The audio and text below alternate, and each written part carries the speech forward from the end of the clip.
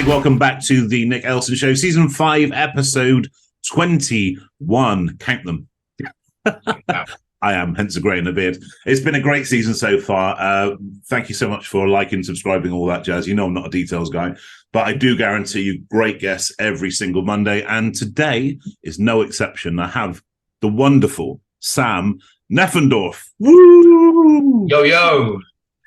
Or Sam effing Dwarf, as the mug says. Love that. You have to love kind of like cheap jibes at a surname, don't you? It's kind of like just low-level bullying at an extreme. Absolutely. That was been going on for some time now. Mugged with it, literally. Yeah. So, Sam, our paths crossed through the world of business networking many years ago. We were both in completely different lives then. It was a crazy kind of change as to kind of what we're doing now, what the things that we're up to now. So I guess let's start with where we are right now before we start delving back. Tell us who you are, where you're from, and what you do. Okay, yeah. So I am Sam Neffendorf, that's me. And I live in the Alpujarras in southern Spain nowadays with my wife Star and two awesome kids, Zed and Maya. And they're an amazing part of my story because I was told that I was infertile medically. And, wow. So I went down, after the shock of that, I went down a holistic route and subsequently had two natural born children, both born at home births and both super healthy. And part of what I do, one of I guess a side niche is that I help other people to have children that are infertile now, and also got a really good track record of supporting couples to achieve that, whether they've had nothing wrong with them officially, but it just hasn't been happening for them, or if they have been diagnosed with some fertility issues, then I have been able to help at least 6 or 7 couples. And normally, just like with my story, 1 month after the treatment's completed is when the pregnancy happens as well. I've seen that happen quite a few times. Wow. With people. So that's a little bit of what I do. And shall I widen it out now in terms of literally, we said just before we hit record, there's so many rabbit holes I know we're going to dive down. That's not one of them I thought we were going to dive down, to be honest. And that's fantastic. That's what I love about the show, and giving people like unfiltered access to people like yourself. They kind of see behind the story. I guess before we come to how you do what you do now, going back to when we first met, again, we were in very different lives. We were both in kind of like the corporate environment, the business environment, both suited and booted. Believe it or not, I guarantee you, folks. I was working in office supplies. You were in financial services. I was an IFA, yeah. That's right, yes. So was it that situation that actually was a transformational point between what is one of the last bastions of traditional business to doing what you do now? It was a big part of it. So I was never interested in the financial services. I fell into it, and it came from having a limited belief about not being able to do something that I loved or even know what I wanted to do with my life and earn a living out of it. And so I had a pretty good life. I was with Star, who I'm still with now. We've been together 25 years. Roughly. She better not listen to this. Just in case you get tested. You got the kids' name right. I think 1990. 24 years since we got together, and we had a really good life. But the bugbear for me was my work, which, although there's nothing wrong with that industry per se. Well, there's lots wrong with that industry, but actually there's lots of good people in that industry trying to do the best that they can. And we, as a company, were one of those companies who were trying to help people ethically in an extremely shady industry with lots of dodgy practice at the top, including the regulators, etc. But I just really didn't feel fulfilled in it. It wasn't in alignment with my heart. And yeah, and I guess about a year or two before I started doing what I'm doing now was when the pregnancy story was happening, and I was deemed to be extremely subfertile, and got the tests which confirmed it to me, which was a big shock. And yeah, it was going on around that time when we first met. And following the amazing news when Star did get pregnant, which was 1 month after I completed the holistic therapies that I was doing, was following that, I actually learned about EFT, which is one of the main techniques I use now, which is also known as tapping. Helps people to clear emotional blocks, limiting beliefs, and does all sorts of amazing things in the body as well, in terms of hormones and helping the body to change genetic expression and things like that. And I basically used it to help me to negotiate my way out of the business that I was in. Again, and it was just so that everything worked out well for everybody. So the people that were still in the business, it worked out well for them. For me and someone else who left, it worked out well with a decent, fair settlement, and so that was all very fair.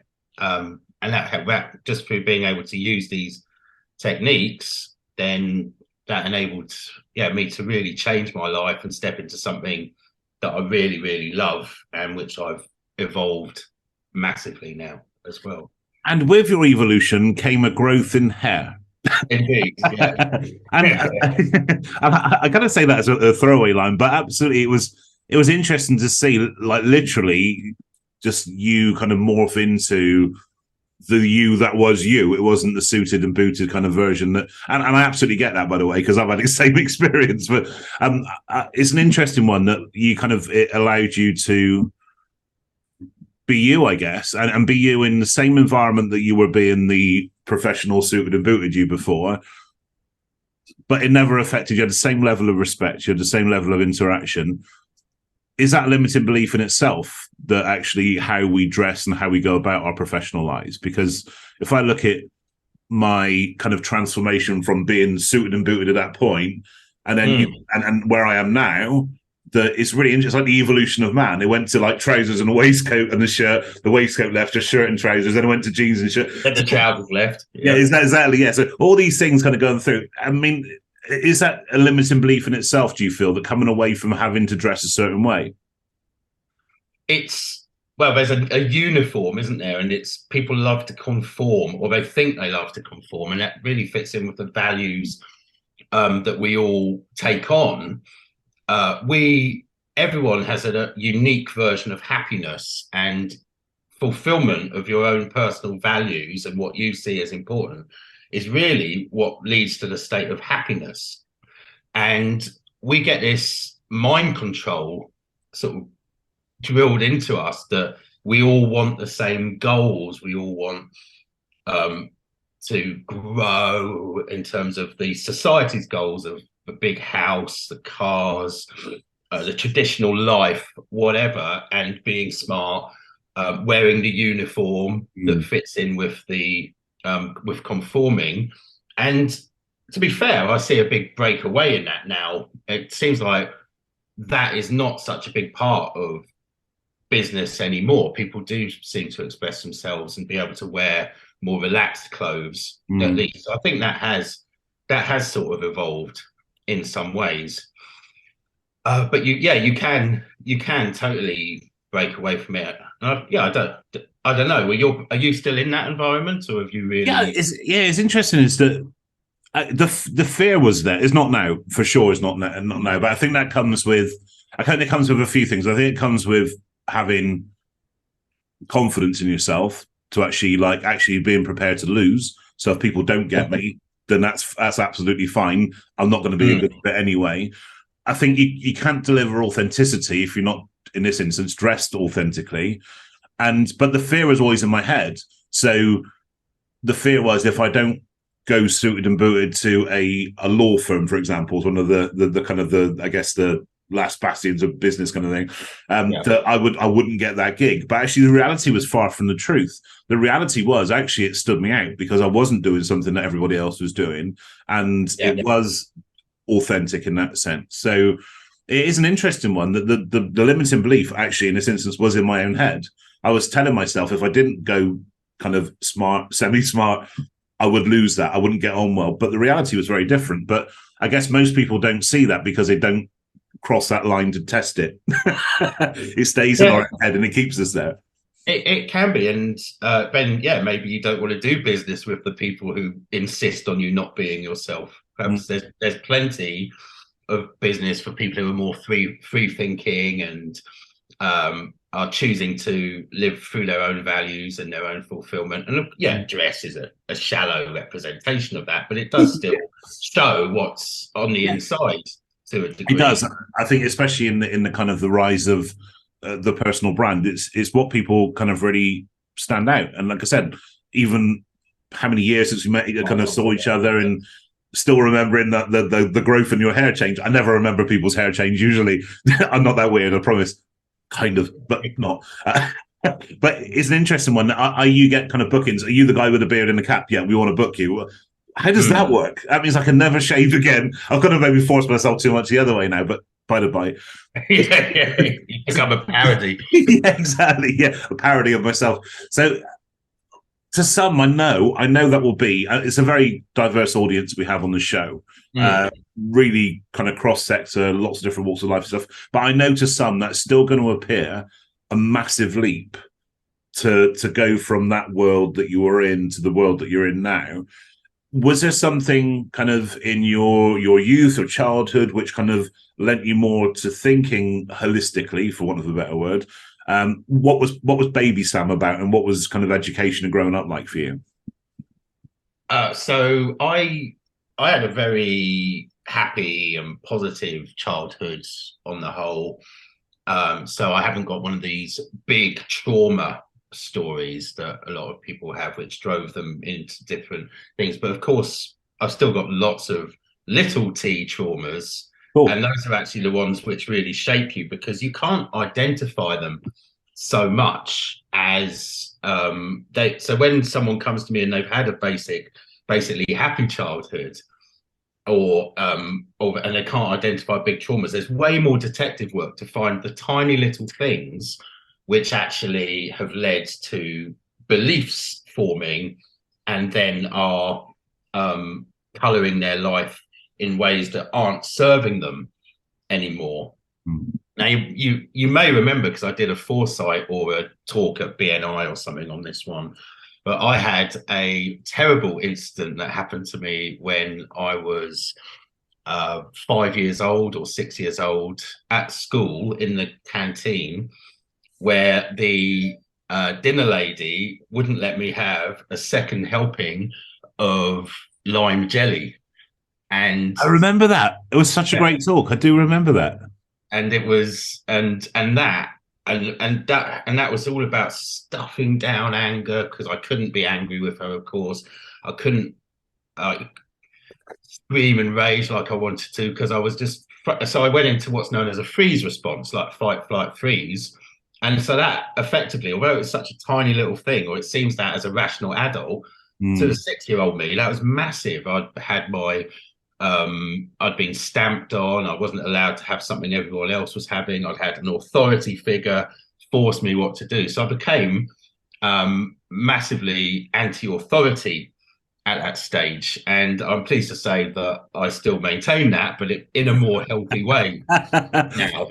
And it really did affect me in a way that then when I went through school, there was another incident where I felt the same, and it was one where I was on I think it was a school ski trip, and I got grounded because I'd come back on the last night. I got grounded and couldn't go out with everybody because I'd come back like 5 minutes late the night before. And so that was the same feeling of authority stamping on me and ruining what I wanted to do. All tiny things which really don't add up to anything, but in those moments they're taking something from you and they're causing these beliefs of being oppressed, being stamped on. I'm going to get forced to do things I don't want to do, etc. And then that did echo throughout my life until I actually uncovered it in EFT sessions with another practitioner. And I remember when I was 38, I think, about 10 years ago, when I woke up in the middle of the night in rage because I'd connected back to that 6-year-old's stuff that had been forced down inside me for all those years. And then once I released that, then that did give me more freedom to feel like less fear of authority, less like I was going to be pushed to do things, and be able to step more into being who I am and wanted to be.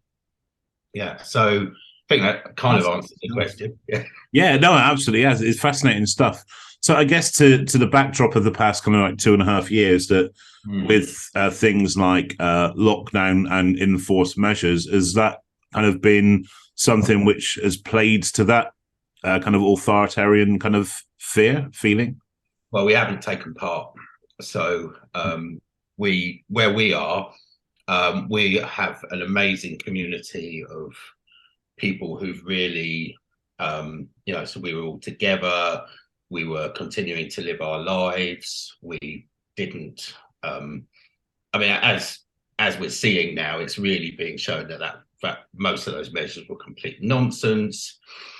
I won't go too deep into the whole subject because, as you can imagine, I'm quite far to the extreme in my beliefs and understanding of what happened. Unless you want me to, I'm very happy to talk about the whole thing if you'd like. Yeah, go wherever you wish. Absolutely. Yeah. So go, because of the work that I do and understanding of health that I've got, where everything that happens in the body is actually an intelligent response to. So when people get ill, it's generally seen, when people get ill, diseases, whatever, it's generally seen as something's gone wrong. And that's the society's belief, that's the medical belief. The way I work is everything that happens, every symptom is an intelligent biological response. It's based on German new medicine, which has been around since the 80s and is really gaining a lot of ground now. Very scientifically proven that actually everything that happens in the body, other than things like poisoning, accidents, etc., but anything that's a symptom is a biological response to some sort of crisis, emotional crisis. And so I don't see disease symptoms, and luckily loads of people where I live don't see disease symptoms in the same way as they're seen conventionally, which is that something's gone wrong, we have to protect, it's dangerous, etc. And therefore, so we knew there was something not right about what was going on. And so it had an amazing effect here.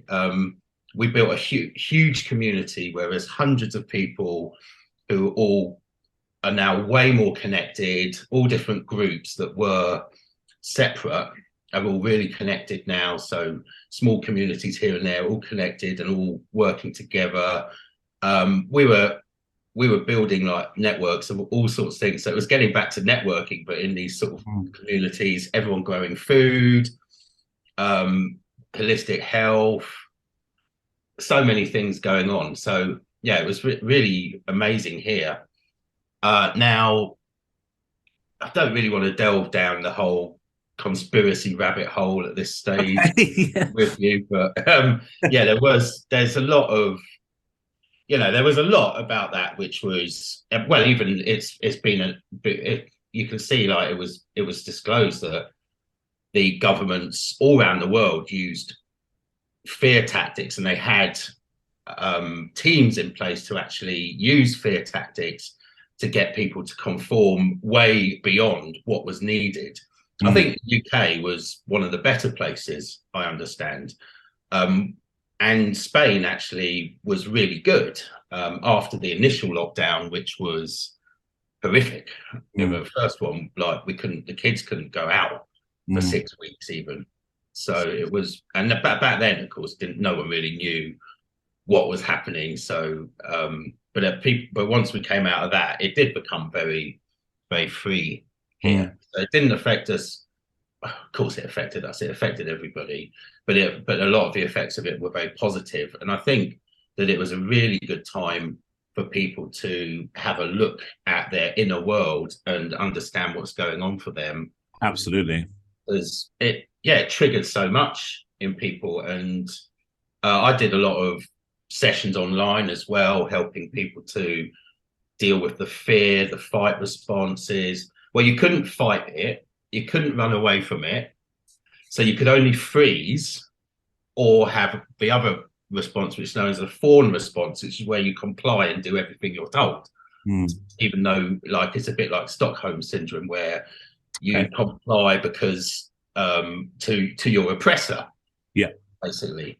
And so we saw that happening, and and people came out of these responses in a million different ways. So, but what it has left us with now is an anxiety epidemic, where people are way more anxious, and it's triggered old anxiety patterns that they had, and people are thinking it's about what's happening now, and to a degree it is, but it's taking them back to times in their past where they felt out of control and powerless to do anything about it.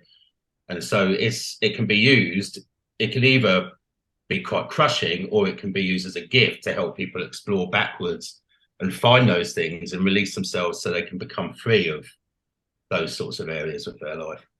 Yeah, absolutely. Thank you, Sam. And we'll come on to EFT in a second. So I do want everyone to learn more about what you do and what it is and that kind of stuff. But when did you move to Spain, Sam? How long ago was that? Well, I've been sort of traveling around and part-time here for about 6 years. Yeah. Obviously, with everything that happened in those last 2.5, 3 years, I've been here more permanently. Yeah. And you mentioned the community you live in. Is that kind of was that a ready-made community for you all to move into, or was that kind of community that was been formed through kind of like-minded association or goals? Or? It's when you hear the word community, you assume it's like a bunch of people living in wooden huts in the mountains or something. Actually, what we've got to be fair, it's an area. Kind of nailed it. It's an area where there's hundreds and hundreds of people, some like we do, living in our own house on a property, some living more in that traditional community model, but we're all connected. Yeah. So it's really wide, and there's about 3 or 4, maybe more, actual conscious communities living together, and then there's a huge community all surrounding, all part of this Spanish market town. And there's all sorts of people here. There's 60 nationalities in this town I live in. And there's like 6,000 or 7,000 people, most of whom are Spanish, of course. Fantastic. And was it a place you'd heard of before you went traveling, or did you find it through the universal stumble over something kind of approach? Yeah, that one. Always the way. All the best things happen that way. I met a guy in Bristol, who at a health fair that I was exhibiting my work at, and he also was.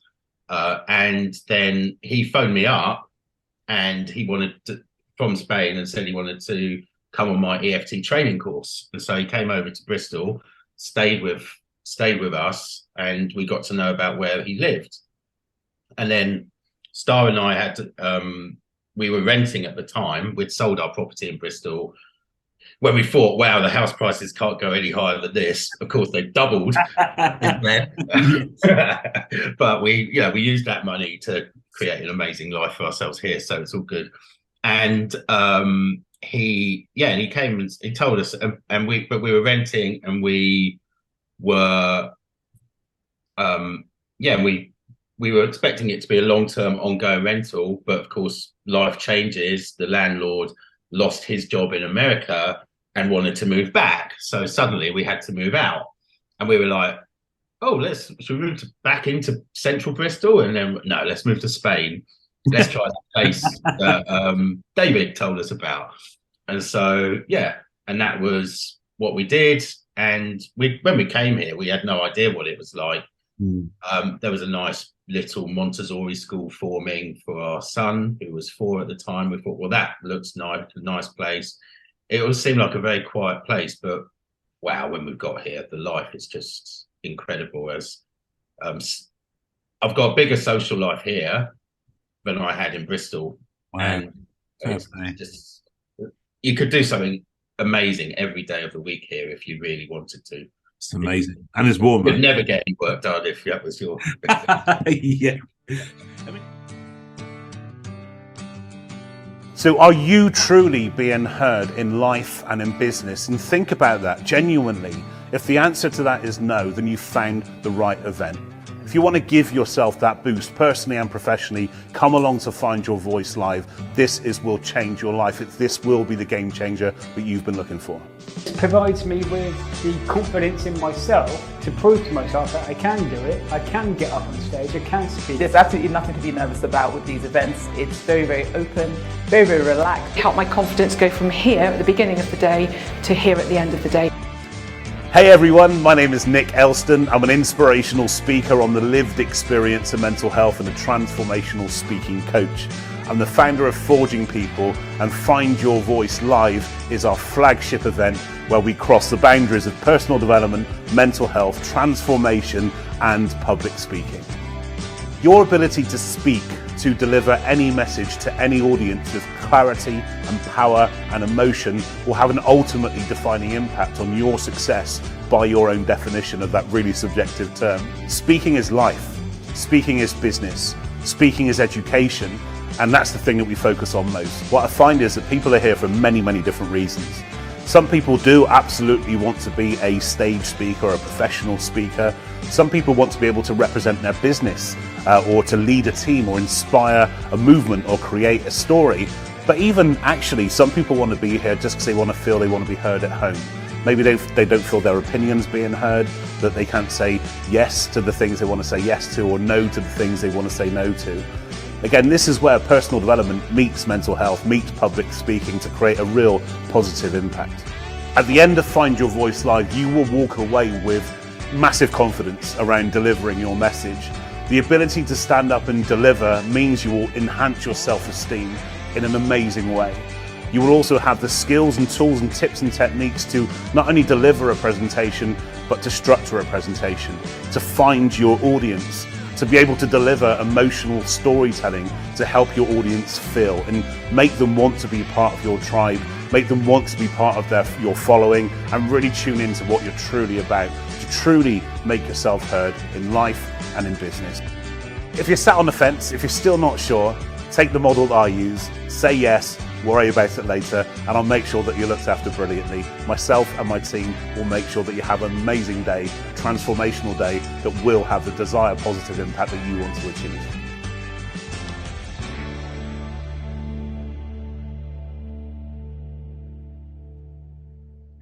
I mean, has that changed the change in pace? Has it changed your approach to kind of work, for want of a better word? Because I know it's more than that to you, but has it changed it even further than the transformation you found in working in the UK in Bristol? It's an evolution, and the spaciousness here is beautiful. So being able to step out and feel your energy is just expanded completely. Whereas, I enjoyed my life in Bristol, and I was in the UK for a month earlier this year. Yeah. And I had a great time catching up with friends, family. It was really lovely. Yeah. But then when I got back here, I just felt my energy just go, and it's really beautiful to have a life that you feel good coming back from holiday to.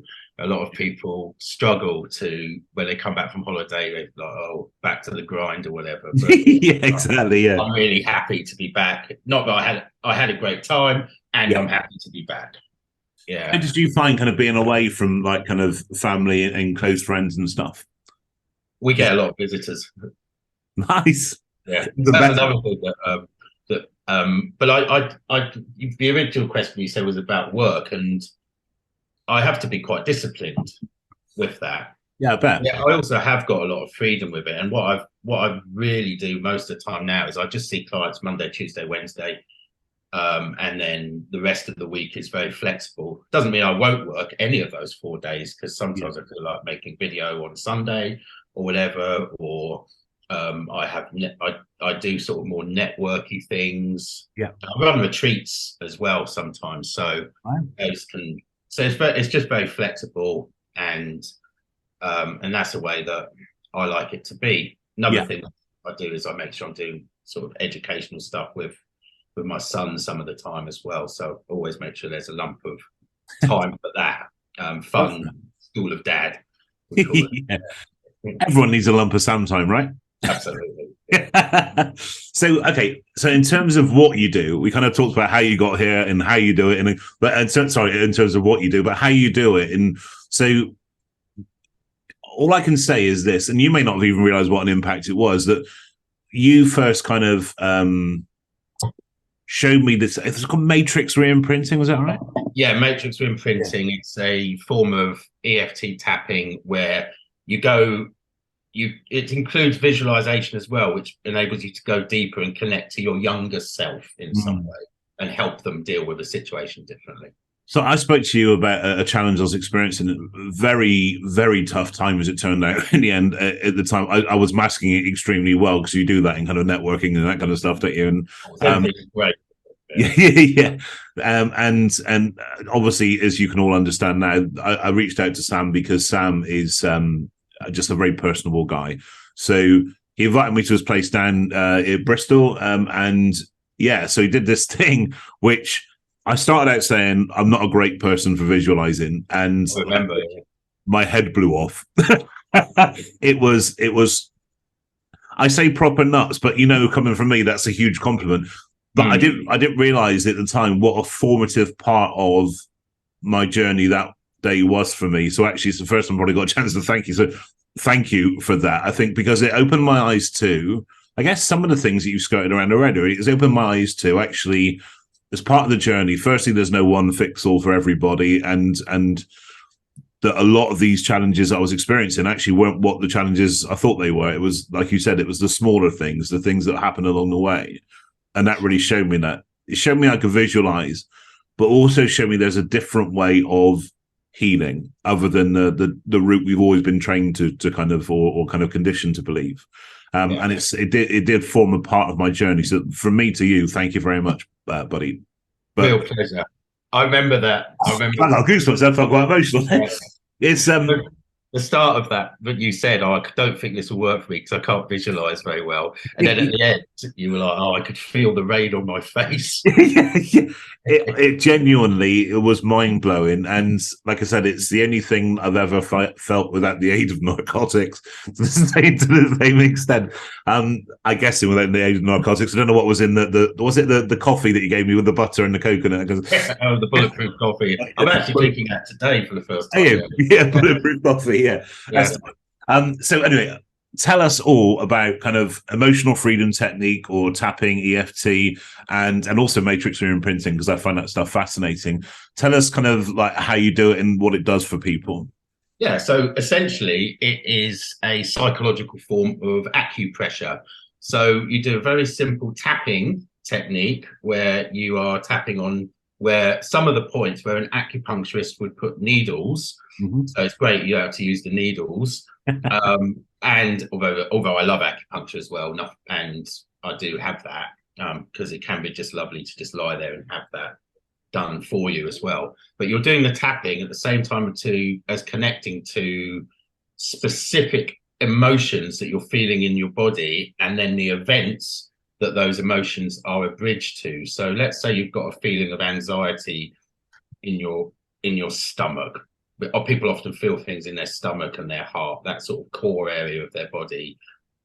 You connect to the feeling, and then I would be able to guide people, firstly, to release some of that feeling so it doesn't feel as intense, and that can take just a few moments, but then still using what's there to actually leap back to the memories. And it could be the first memory, or it could be a powerful formative memory along the way where that was a very strong feature of their life, and that strategy was created. So anxiety, again, people think, oh, anxiety is a bad thing, but it's a strategy to keep you safe. It's a strategy to stop you feeling out of control and powerless, which is what you felt when you first experienced anxiety.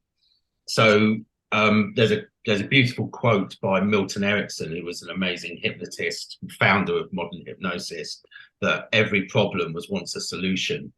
And that's exactly how it was. Like, all the things that your childhood solutions and your unconscious solutions that you created are no longer serving you as an adult in your life. And the classic one you can see is screaming and having a tantrum when you're 3 gets you stuff. When you're in your 20s, it doesn't. But unfortunately, a lot of people still think it does. So that's the way a lot of people respond and just demand and scream and shout but they could use those triggers to actually release the stuff from when they were a child, when they felt unheard, unloved, etc., so they can move on with more power in their life. So the tapping actually helps to discharge those emotions, and you can just use the EFT to clear those past memories as well by doing something called the movie technique, where you look at the memory as a movie, and every time you feel any emotion going through the memory, you tap, and then the emotion discharges. Very beautiful. It can, you feel emotion while you're doing this. So you can have some tears, you can feel anger for a moment or whatever, but it quickly can discharge, especially if you're held safely by a good practitioner. So that's one way of working with it. And you can learn to use it for yourself, but you blind spot yourself subconsciously. Your unconscious mind's really clever, and it won't necessarily take you to the real dark places that you need to go to, the real shadow stuff, because it's keeping you safe from it. So for day-to-day stuff, it's a brilliant self-help technique, but most people get better results working with somebody, of course, who can ask them the tough questions and keep gently. I use a lot of sort of humor and winding people up to get them to that point. It's a therapy called provocative energy techniques, which was founded by, it came from provocative therapy by Frank Farrelly, and he's just a master of using compassionate humor, which sounds very direct, but actually comes from a really heartfelt place. It's kind of like having like the sort of talk you'd have with a friend when you're winding them up, but helping them as well, and getting into that space. EFT tapping, along with using those sorts of processes, good questioning to get there. And then the matrix re-imprinting, as we've already talked about, is more visual, and you actually, rather than working with you, I'm actually helping you to be the coach for your younger self. So I guide you to go into the memory, and it can, like as you felt, it can feel super real, it can feel like you're there, and then you help them. You go in and you use some sort of technique to help them release the emotions that they were feeling then. It can be using colored energy, or it can be using tapping on them. So you feel like you're tapping on them as you're tapping on yourself. And then once they've released that, you find out what they believed, what it meant for them, like I'm unlovable, I'm not good enough, I can't trust people, or whatever it was. And then help them to understand what happened. So and again, it can be these small things, like it can be as simple as mum turned round with an angry look in her eyes when they were 4 years old, and it shocked them because they weren't used to seeing that. And then they formed this, I've got to be careful around people, they can turn at any moment sort of belief, or something like that. And all it was nothing to do with them. Mum might have just heard some bad news, or was just having a stressful day or something like that, but they saw it because when you're little, everything is about yourself, because it's just the way our brains work. We take everything literally until about the age of 7. So but it leaves this energetic imprint, like this shock, which is stuffed down because we're not natural creatures anymore. We're domesticated, so we don't naturally release our emotions. And then and the tapping along with the visualization helps the inner child, or even the inner adult from last week or last month or whatever, to release it. Mm. And not just release it, but see things differently and no longer hold on to those beliefs. Amazing. I know this creates so much positive transformation for people that you work with, and certainly I've kind of been the witness of that personally, but also it's been a transformational process for you.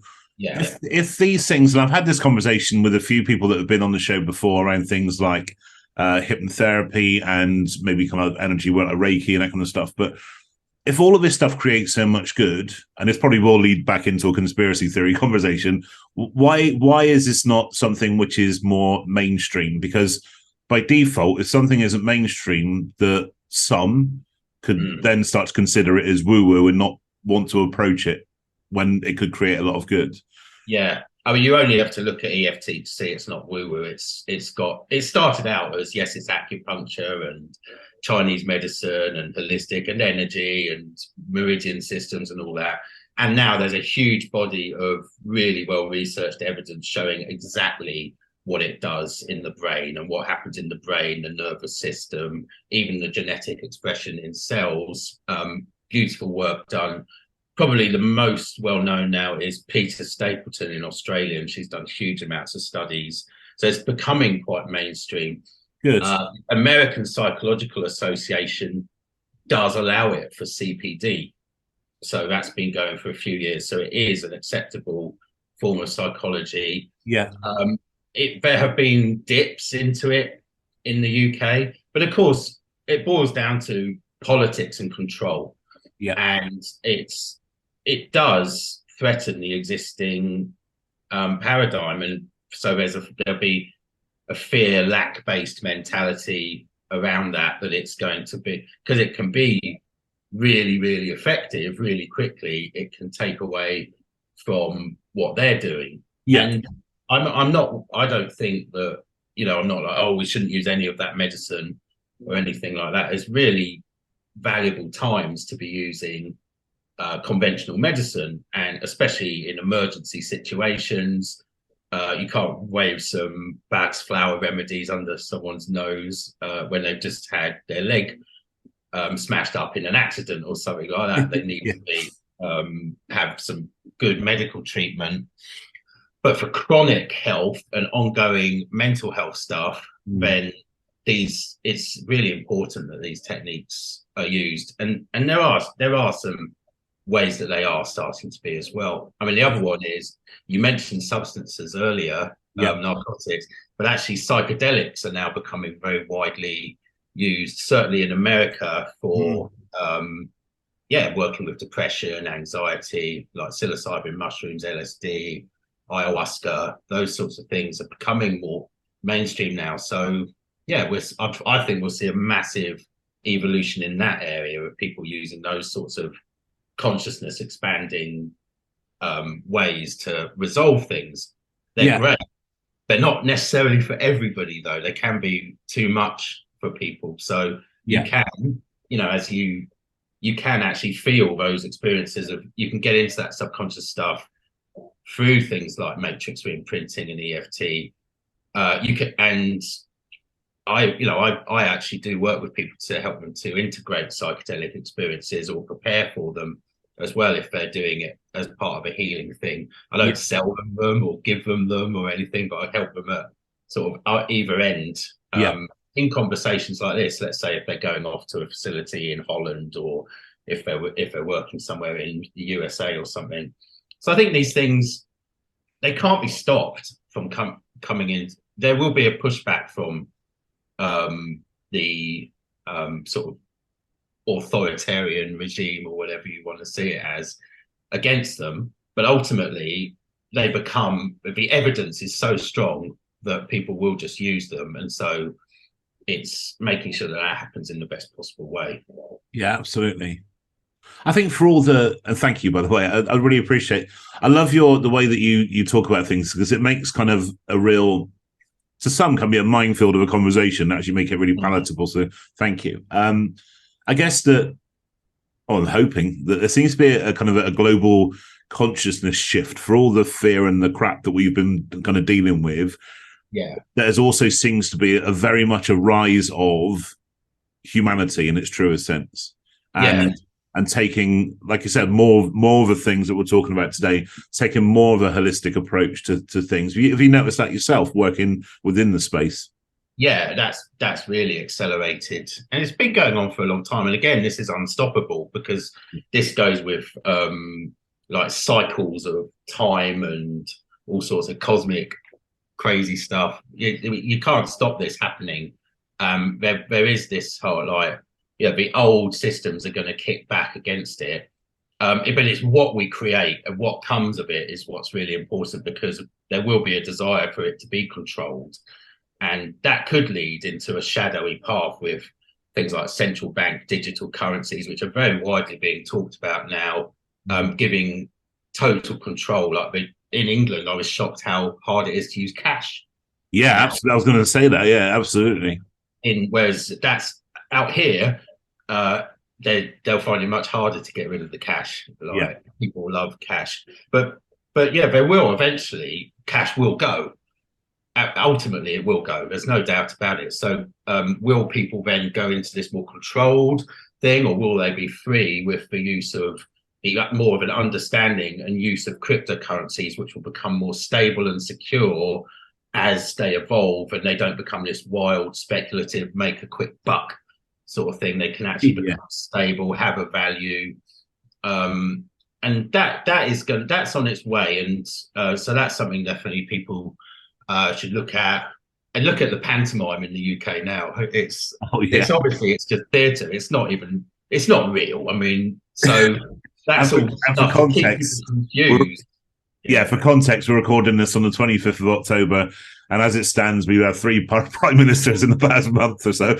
Yeah, it's crazy. And a lot of people kind of, and even sometimes you kind of, without thinking too much, you think this all sounds very Black Mirror. But if I think about the reason why Black Mirror resonates so much is because it's damn close to reality, scarily enough to reality to actually be the truth kind of thing. So I think he said that he wasn't going to make any more because he couldn't make anything as weird as what was really going on. I can't believe how much the time's thrown by. It's crazy. Sam, big round of applause. Thank you so much. Oh, it's been great. Yeah. Love chatting to you. Such an amazing guy. Okay, so before you go, the question I ask every person that comes on the show is this. I am now the MC of the O2 Arena in London. 20,000 people have paid their hard-earned money to come and hear you do your thing. You sat back in the green room, sipping a beer, and you hear me call your name. And your walk-on music kicks in. That song that motivates you, that lifts you, that gets you at peak state. Sam Neffendorf, what would your walk-on music be? Okay, it's Return of Django, or Return to Django. I can't quite remember the name of it, but it's by the Upsetters. So Lee Scratch Perry's band from back in the 70s or whatever. Fantastic. Amazing reggae dub track. It's the one that Star and I walked out of the registry office when we got married years and years ago. Oh, I love that. Yeah, it's a really awesome, like wicked. That's such a great track, and a brand new one to feature on the playlist as well. So this is going to be an interesting one at the very least. Cool. So, okay. Thank you so much for being on the show. I cannot wait to listen to this back myself. So I hope everybody else has enjoyed it as much as I have. Sam, again, thank you so much for giving up your time to be with us when you could be out kind of sunning yourself and doing amazingly lovely and peaceful things. Really appreciate that. It was a great use of my time. I loved it. It was lovely to reconnect with you, Nick. Thanks so much for. Oh, thank you so much. And so everybody else, like I said, I hope you enjoyed it as much as I did. Please do hit like, subscribe, and all that jazz, all that stuff that gets you back next Monday, whatever it's going to take to get you back next Monday. We have an amazing guest all the way from Australia, so stay tuned for that one. And I will see you again very soon. Stay well, be happy, take care. Cheers, guys. Bye-bye. Lots of love.